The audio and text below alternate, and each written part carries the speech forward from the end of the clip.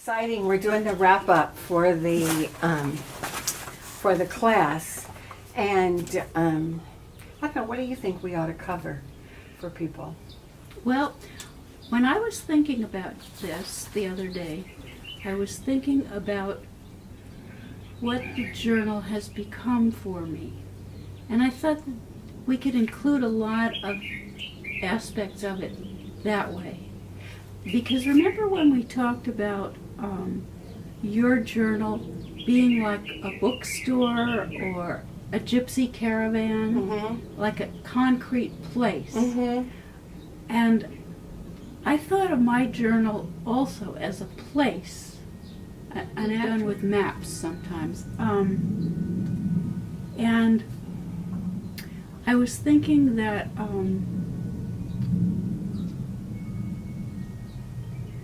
the journal has become a place where I can keep my abstract ideas. Yeah. And almost like, I guess, a box or just something concrete. I don't know really what it is, but I was thinking that because we've used a lot of visual and humor in our journals, that it's become a very inviting place, something concrete. I don't know really what it is, but I was thinking that because we've used a lot of visual and humor in our journals, that it's become a very inviting place for me.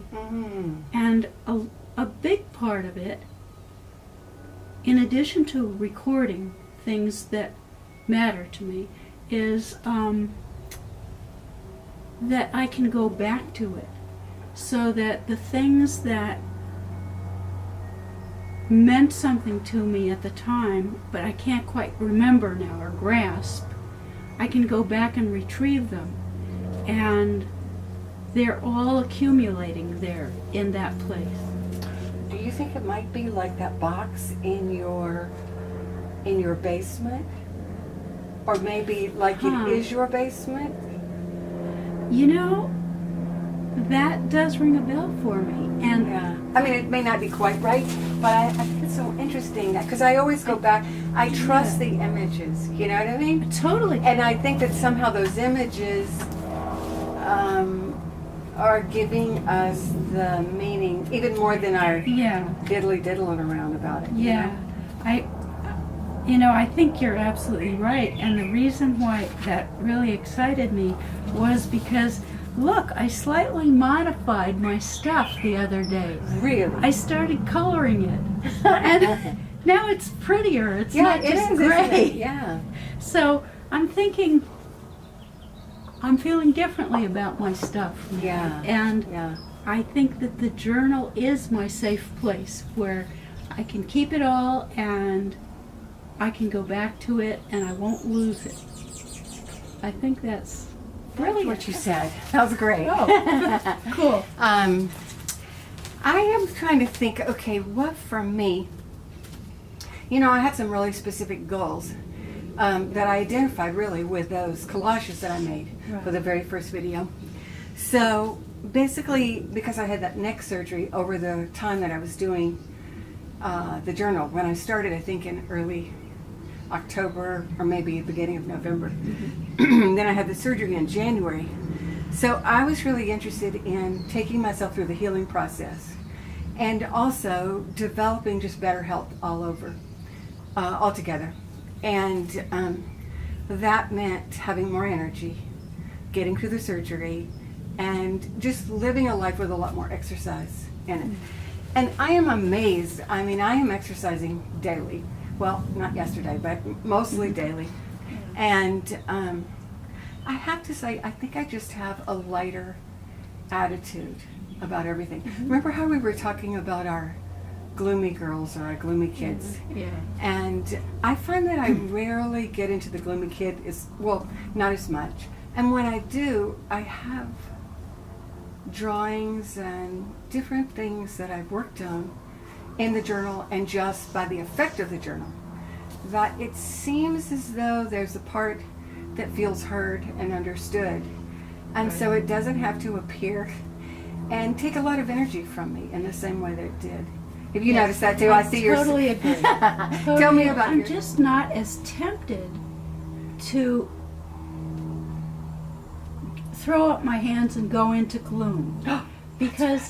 because the journal, when I look at it, Mhm. and again, it entices me to go back and look at it. Mhm. And when I see humor and I see that way of looking at things, I don't want to leave it. I don't want to just give it up. So it definitely helps me with. I mean, I think it's the kind of self-reflection that we have been doing for a number of years. But one of the things that I wrote, I don't know which lesson it was, but it just came to me as a whole that when I'm just rolling around in my head, no matter how much I, as a former therapist, and you as, and all the things you've been through, Mhm. it's like when it's in my head, there's something not quite comfortable about it. It's like when it's there, I don't have the same observational ability with it as after I do. Even the stickiest stick figures, I Yeah, put it in the which I- videos because I wanted people to see Yeah. how little you have to do to get Yeah. major resolution, right? Totally. Totally. Oh, Yeah. yeah. So, one of the big things to me too was a lifelong pattern of using food for comfort. Well, food for comfort, food for this, food for that.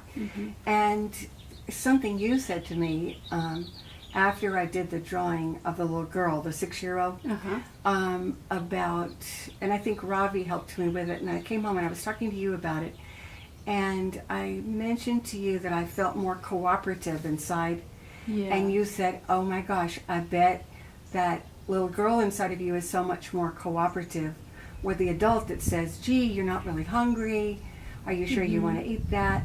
I mean, that is definitely it for me. Yeah. And I rarely have any trouble with that anymore. I mean, Wow. it's amazing. You would not think that something like making that little winky dinky drawing Yeah. and then having 2 discussions, one with Ravi and one with you, Yeah. all of a sudden this, I swear, a lifelong issue Yeah. feels lifted. And it's not like I don't have to keep on drawing and keep on playing with it. Right. But I feel like I touched the heart of it, Mhm.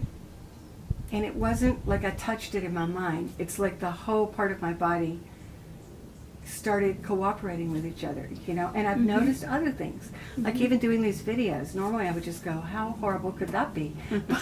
But I just go, oh well, it's just us. Yeah. And so what if you're not perfect? Yeah. Yeah. So what, Yeah. I totally agree. But we just have to keep on keeping them, right? What are the alternatives? I don't